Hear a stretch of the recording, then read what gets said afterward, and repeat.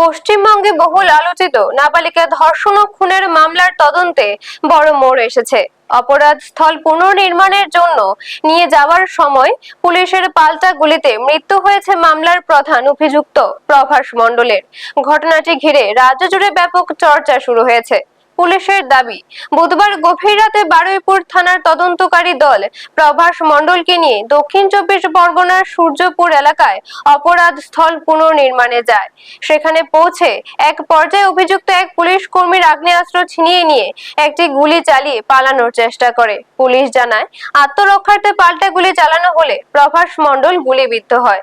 তাকে দ্রুত বারুইপুর মহকুমা হাসপাতালে নিয়ে যাওয়া হলে কর্তব্যরত চিকিৎসক মৃত ঘোষণা করেন। ঘটনার পর আইনি প্রক্রিয়া শুরু হয়েছে বলে জানিয়েছে পুলিশ। এদিকে প্রভাস মণ্ডলের মৃত্যুর পর তার মায়ের প্রতিক্রিয়াও ব্যাপক আলোচনার জন্ম দিয়েছে। সংবাদ মাধ্যমের কাছে তিনি জানান, আমি ছেলের মরদেহ আনতে যাব না, সে যেমন কাজ করেছে তেমনই ফল পেয়েছে। এই বক্তব্য সামাজিক যোগাযোগ মাধ্যম সহ বিভিন্ন মহলে ব্যাপকভাবে আলোচিত হচ্ছে। ব্যুরো রিপোর্ট, নিউজ তৎকাল 24। পুলিশ এসেছিল বাড়িতে?